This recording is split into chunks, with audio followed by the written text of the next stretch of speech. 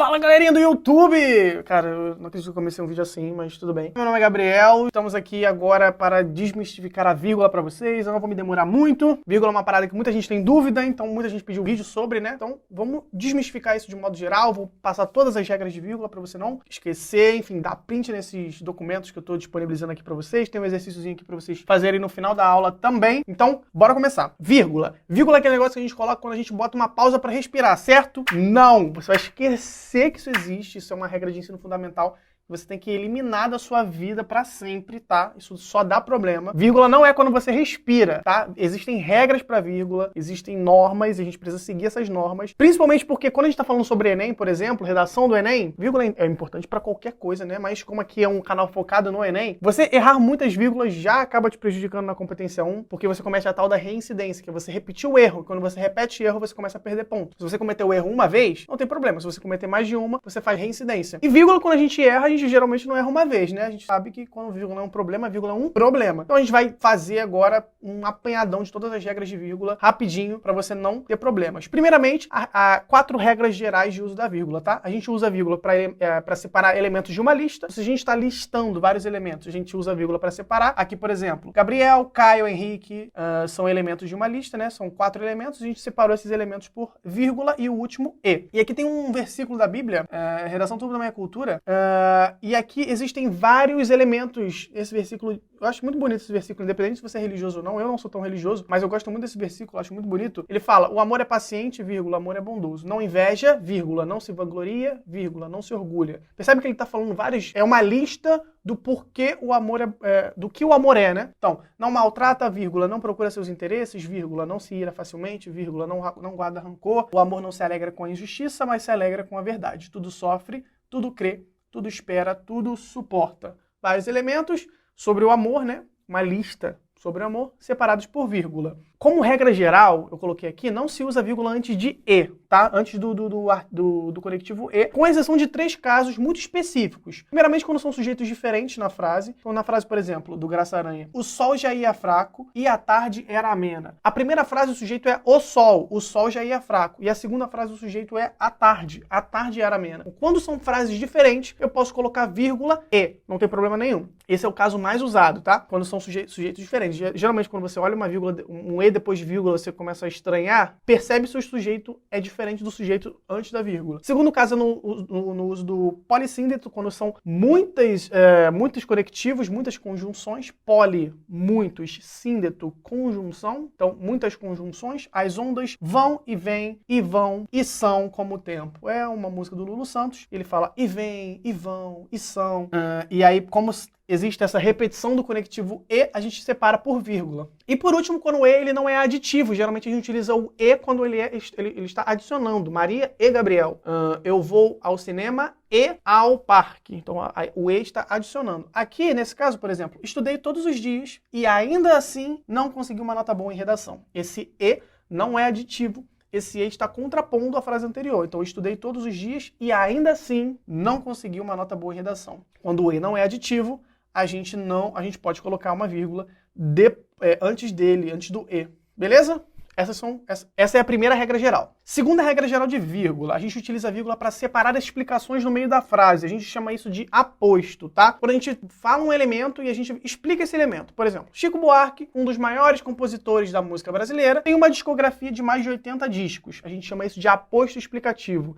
É um termo muito específico da língua portuguesa, mas só de modo geral. Se eu tirar esse elemento, percebe como a frase ainda faz sentido. Chico Buarque tem uma discografia de mais de 80 discos. Então, esse elemento do meio, ele tá só explicando um a mais, tá? Ele tá falando um a mais sobre o Chico Buarque. A gente pode tirar sem problema. Isso que é um aposto. Então, a gente tem esse aposto que é explicativo, né? E a gente pode utilizar vírgulas para separar essas explicações. Chico Buarque, um dos maiores compositores da música brasileira, tem uma discografia de mais de 80 discos. Ou o exame final, que estava muito difícil, Pegou todos de surpresa. Quando a gente está explicando informações no meio da frase, a gente pode separar por vírgulas. Dica 3, regra 3, né? Utilizamos a vírgula para separar. Percebe? Você não se desespera, que é uma palavra... Agora você vai começar a se desesperar, vai lembrar de ensino fundamental, de provas de português. Adjuntos adverbiais antecipados. O que é isso? É uma expressão que indica tempo. Só isso. É uma expressão que indica tempo.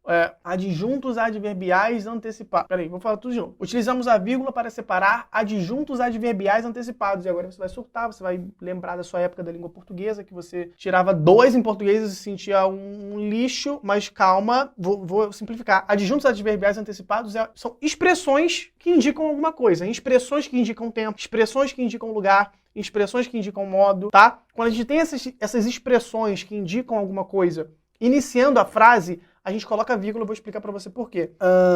Aqui, por exemplo, naquele ano, vírgula, poucos alunos tiraram nota 1000 na redação. Desesperadamente, vírgula, corria em busca de ajuda. Então, naquele ano é uma expressão, é um adjunto adverbial que indica tempo, tá? Naquele ano. E ele está iniciando a frase. A gente chama de adjunto adverbial antecipado porque esse não é o lugar dele. Ele foi colocado aqui para dar um foco. Eu quero focar na informação do tempo. O lugar certo dele é no final da frase, que a ordem certa é sujeito, verbo, complemento. Então, poucos alunos tiraram nota 1000 na redação naquele ano. Essa é a ordem certa. Só que eu peguei o naquele ano e antecipei. Quando esse adjunto está antecipado, a gente coloca uma vírgula para deixar claro que isso foi antecipado, que não é a ordem certa da frase ali. Naquele ano, vírgula, poucos alunos tiraram nota 1000 na redação. Mesma coisa, desesperadamente, é o modo, adjunto adverbial de modo, vírgula, corri em busca de ajuda. Qual que é a ordem certa? Corri em busca de ajuda desesperadamente. Eu peguei o desesperadamente e coloquei no começo da frase, por isso que eu coloquei uma vírgula. Essas são as 3 regras gerais. Última regra geral, utilizamos a vírgula para separar orações independentes. Calma, orações independentes são orações que têm sentido,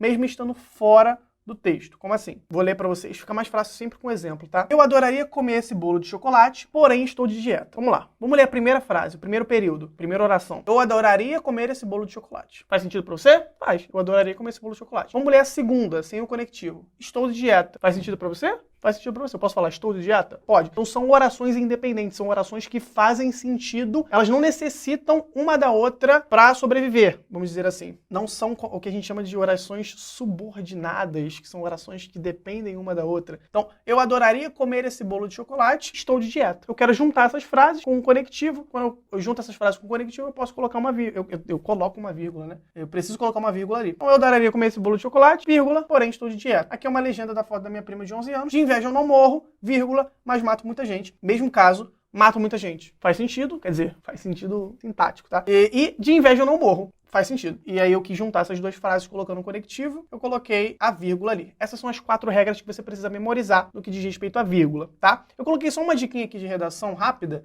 só para dar uma dica que eu uso para vocês, que quando a vírgula ela separa explicações no meio da frase, que é essa regra 2 que a gente viu, a gente pode colocar travessões. E eu sempre faço isso, eu sempre coloco travessões no lugar de vírgula. Aqui, tipo, Chico Buarque, travessão. Um dos maiores compositores da música brasileira, travessão. Tem uma discografia de mais de 80 discos. Fica mais chique, dá uma rebuscadinha no teu texto, que dá um ar legal. Beleza?